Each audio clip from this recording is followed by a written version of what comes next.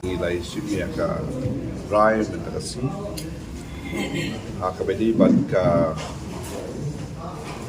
jingere jong ka UDP bat ka HSPDP apo ka Regional Democratic Alliance banang penskam bat ka kabang ya cekmat meeting ke menilai yo jong ka HSPDP ka dia Oktober aja lah kita sih dah kau ikan sur parti kita cepat kita buat telur yang kamu jom kan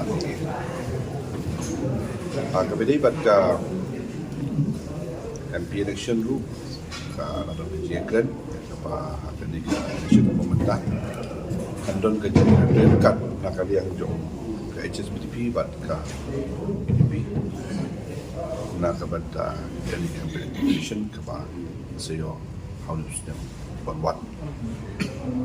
Nak kepada ke Tura Parliamentary seat pada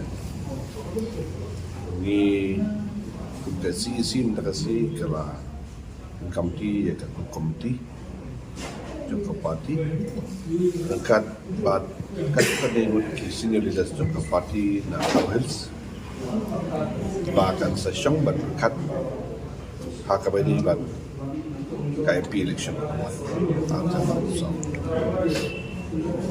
nang ta susu HSPDP bat ka sisi mendakasi kalau approve ya ka State Election Committee nak benta KMP election bat kumjuru nak benta KMDC election de Manor kini di dan kiwai ki member pada ki president ki secretary di respective districts kiba diru ki hot abawan kampi di negara kitu ki konsulsi kiba ha kawai ki district de ini tempat dan kalau mengujikan dari kandidat dari kan start jangka State Election Committee nak kepada ke jinjit ya ki ketok maka diberkat HSPDP kandidat jangka parti di nang ta susu kala sisi lu kala ai ke election nak kepada baru di district bagi circle ba kin nang petrun cekmat ya ki kam jangka parti ban klan bos kapor, ban akan cukup kapor, ban penting kenapa di long keloy, ban hukum yang election lada kawan hakan kapor. Hakan pemerintah kalau ba kerjanya tu jadi kalau bangin petangnya ke bangin laju tu beros kata apa ke RDA ke HSPDP bat ke UDP. Kena kapor sekapor dan sebun ki agenda sebun ki kam ki bangi haban tikau je yaman tahi ke dei nak bentak MP election bangang its kamba kiwi ki bagbot adin ru kinya long apa juga lenti. So will UDP and HSPDP of course, in fact from time to time we always invite and call all the regional parties to come together and to work with us as the party.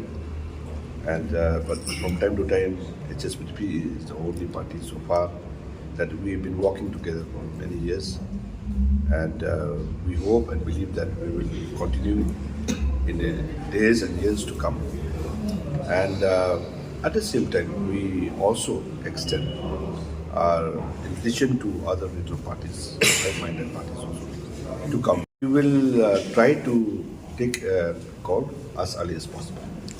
Aduh mentah kan nungut di bapak. Sia kumba mentah dan bon kibala ya bau dan snow ya kayak gajing angnot gajing baju kiban contest ya ka election. Jadi ya kan ke mentah pada ngi no hak State Election Committee bagan syong ban ya ban proses ya ka nak mentah finally udah. What about from Tura Parliamentary? Well, this time I see it will be different. It will be different. I think, well, end of the day, we have to look into the picture in a bigger way, right? So my personal kind of assumption is that I could see that this time people will definitely give the Junior Party a chance. That is one. And it all depends on the right candidate that we put in.